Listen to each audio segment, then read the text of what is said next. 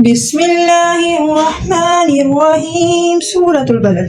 لا أقسم بهذا البلد وأنت حل بهذا البلد ووالد وما ولد لقد خلقنا الإنسان في كبد أيحسب أن لن يقدر عليه أحد يقول أهلكت مالا لبدا أيحسب أن لم يره أحد ألم نجعل له عينين ولسانا وشفتين وهديناه النجدين فلاقتحم العقبة وما أدراك ما العقبة فك رقبة أو إطعام في يوم ذي مسغبة يتيما ذا مقربة أو مسكينا ذا متربة ثم كان من الذين